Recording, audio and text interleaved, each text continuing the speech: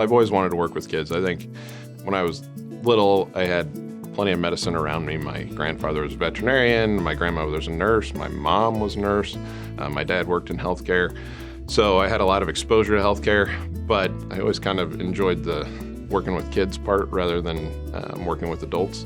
Kids are just more fun.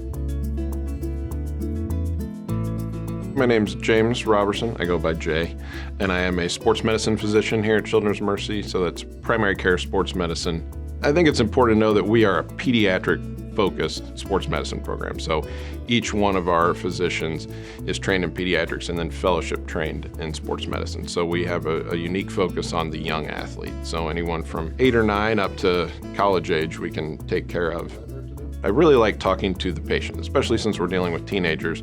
They know what their body's doing, so I really try to have a conversation with the kids themselves and get their insight into what's going on. We see a lot of acute injuries, so a lot of fractures, sprains, strains, concussions.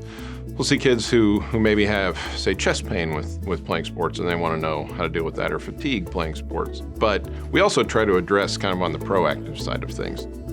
Many patients over the years express their reasoning for not coming in sooner because the kid didn't want to be held out of sports. And what I tell them, if they're playing at 50% or 80% of their capability because they're injured, then they are not doing themselves any favors. They're also not doing their team any favors because they are spending time on the field not being able to give 100%, even though they want to.